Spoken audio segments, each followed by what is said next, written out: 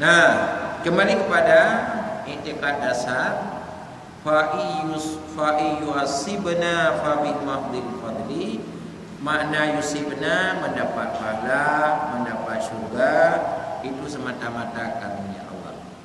Wa yu'adzibna fa bi mahdil adli. Jika Allah memberikan azab, ancaman, uqbah kepada hambanya semata-mata keadilan Allah. Jadi jangan salah i'tiqad.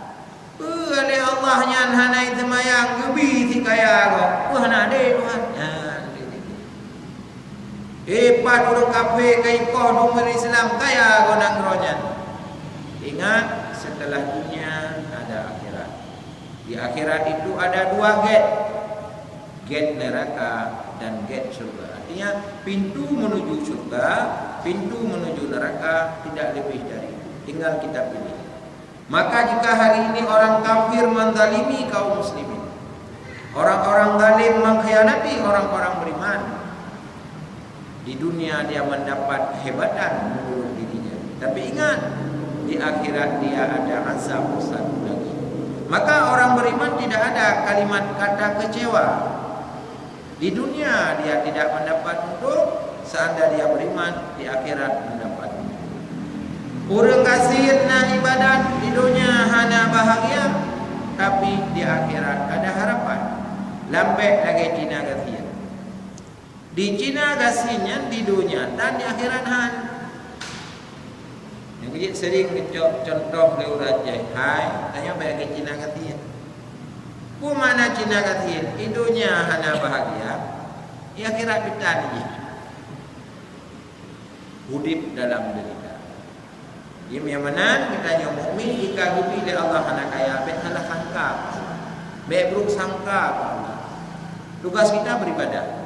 Memberikan itu bukan hak kita. Hak kita berusaha walaha ma kasabat al-ikhtiyaru wajibun. Memproses good diproses.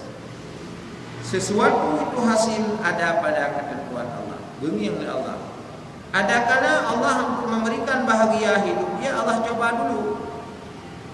Maka banyak sejarah para sufistik, para sufi ahli tasawuf, hidupnya banyak derita di alam dunia. Itulah jawaban mereka untuk mengejar dunia akhirat yang lebih kekal abadi, khalidina fiha. Makanya ada dalam perspektif tasawuf sampai baih ganyan hang geeh buat spring bed. Bahkan nyemangat hae dunia tu di akhirat dan menuju surga menanti.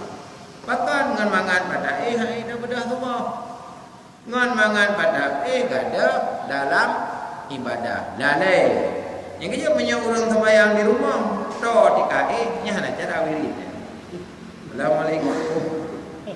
Dia juga tahu hala. Kurang mulanya kan ini. Ji sembahyang tarawih rumah. Hana teruk yang 20 rakaat melapan ke tutah baju.